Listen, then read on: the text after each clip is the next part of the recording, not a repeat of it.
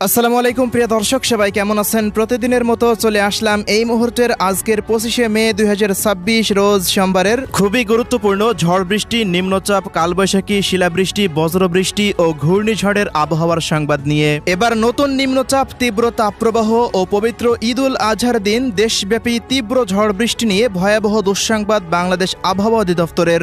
আগামী এক সপ্তাহের মধ্যেই বঙ্গোপসাগরের আবহাওয়ায় আসতে যাচ্ছে বিরাট বড় নতুন পরিবর্তন।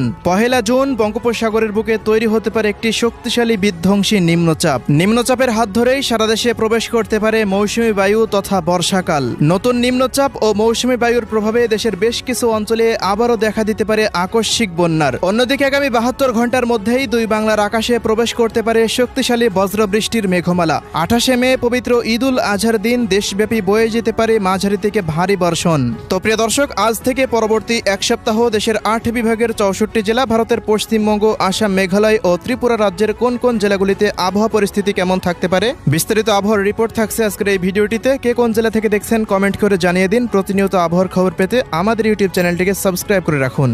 প্রিয় দর্শক, প্রতিদিনের মতো আমরা সরাসরি পর্যায়ে চলে আসলাম ইউরোপিয়ান আবহাওয়ার পূর্বাভাস মডেল রাডারের মেঘমালা এবং বৃষ্টিপাতের পূর্বাভাসে। পরবর্তী 24 ঘন্টার ভেতরে আবারও রংপুর, ময়মনসিংহ ও সিলেট বিভাগের সবকটি জেলার ওপর দিয়ে ভারী থেকে অতি ভারী মানের বৃষ্টিপাতের সম্ভাবনা দেখা যাচ্ছে ইউরোপিয়ান আবহাওয়ার পূর্বাভাস মডেল রাডার থেকে। পাশাপাশি পরবর্তী 24 ঘন্টার ভেতরে ঢাকা বিভাগের সবকটি জেলার ওপর দিয়ে তীব্র ঝড় বৃষ্টি হতে পারে। তবে রাজশাহী, খুলনা, বরিশাল, চট্টগ্রাম, ভারতের পশ্চিমবঙ্গ এই সমস্ত অঞ্চলগুলোতে তীব্র তাপপ্রবাহের আশঙ্কা। অন্যদিকে আগামী এক সপ্তাহের মধ্যে বঙ্গোপসাগর আবার উত্তাল হতে পারে। সামুদ্রিক আবহাওয়ায় বড় পরিবর্তনের সম্ভাবনা দেখা যাচ্ছে। বঙ্গোপসাগরের বুকে সৃষ্টি হতে পারে একটি শক্তিশালী নিম্নচাপ, যা জুন মাসের প্রথম সপ্তাহেই তৈরি হয়ে বাংলাদেশের দিকে আঘাত হানতে পারে।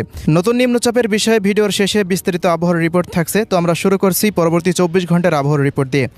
পরবর্তী 24 ঘন্টার ভেতরে আবারও সিলেট বিভাগের সিলেট, সুনামগঞ্জ, মৌলভীবাজার, হবিগঞ্জ, বিশ্বম্ভরপুর, শতকবাজার, জয়ন্তপুর, জাকিগঞ্জ, চরখাই, বড়লেখা, কুলাউড়া, কামালগঞ্জ, মৌলভীবাজার, হবিগঞ্জ, এদিকে হাবিবগঞ্জ, নাচিয়ারনগর, বানিয়াচং, ফেনারবাগ, ইটনা এই সমস্ত অঞ্চলগুলোর প্রত্যেকটি স্থানের উপর দিয়ে ভারী থেকে অতি ভারী মানের বৃষ্টিপাতের সম্ভাবনা রয়েছে। পাশাপাশি ময়মনসিংহ, শেরপুর, জামালপুর, নেত্রকোনা, ফুলপুর, নালিতাবাড়ি, বাহাদুরাবাদ, এদিকে কেন্দুয়া, ভালুখা, মাদান এই অঞ্চলগুলোর সবকটি স্থানে ভারী থেকে অতি ভারী বর্ষণের আশঙ্কা রয়েছে। পাশাপাশি এদিকে রংপুর, জলঢাকা, লালমনিরহাট, কুড়িগ্রাম, গাইবান্ধা, নীলফামারী, চিলমারি, এদিকে পীরগঞ্জ এই অঞ্চলগুলোতেও ভারী থেকে অতি ভারী বর্ষণ হতে পারে। এদিকে দিনাজপুর, ঠাকুরগাঁও, পঞ্চগড় এই অঞ্চলগুলোতেও দেখা যাচ্ছে দফায় দফায় মাঝারি থেকে ভারী বৃষ্টিপাতের আশঙ্কা রয়েছে। রংপুর, ময়মনসিংহ, সিলেট বিভাগে মোটামুটি কয়েক দফায় দেখা যাচ্ছে সোমবারের দিন ভারী থেকে অতি ভারী বৃষ্টিপাত হতে পারে। সেই প্রভাব পড়তে পারে ঢাকা বিভাগের জেলাগুলির ওপর দিয়ে।